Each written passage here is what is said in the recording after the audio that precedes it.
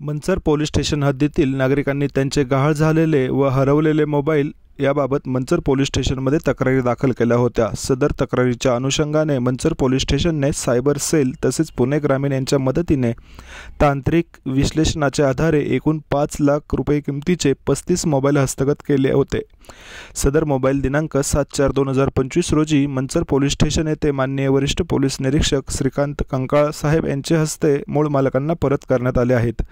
सदरची कामगिरी माननीय पोलीस अधीक्षक श्री पंकज देशमुख साहेब, माननीय अपर पोलीस अधीक्षक श्री रमेश चोपड़े साहेब, माननीय उपविभागीय पोलीस अधिकारी श्री अमोल मांडवे साहेब, पोलीस निरीक्षक श्रीकांत कंकाळ साहेब यांच्या मार्गदर्शनाखाली सहाय्यक पोलीस निरीक्षक सुनील बडगुजर, पोलीस हवालदार संजय नाडेकर, पोलीस हवालदार महेश गायकवाड, पोलीस अंमलदार योगेश रोडे, पोलीस अंमलदार अजित पवार, पोलीस अंमलदार हनुमंत ढोबळे, पोलीस अंमलदार सुनील काळे यांनी केली आहे।